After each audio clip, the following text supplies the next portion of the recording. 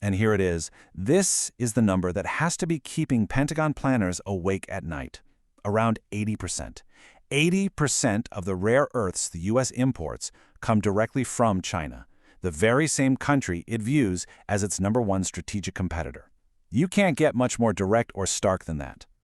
Now, if you're thinking, okay, but is this just a theoretical threat? Nope, not at all. We have a perfect case study.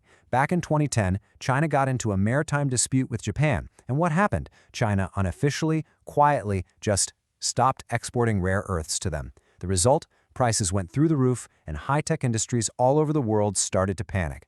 That moment was a massive wake-up call for everyone. It proved without a doubt that Beijing is more than willing to use this dominance as a geopolitical weapon. So as you can imagine, the alarm bells have been screaming. And now, the race is officially on to break this dependency. So let's take a look at what the U.S. is doing to try and claw its way back into this critical game.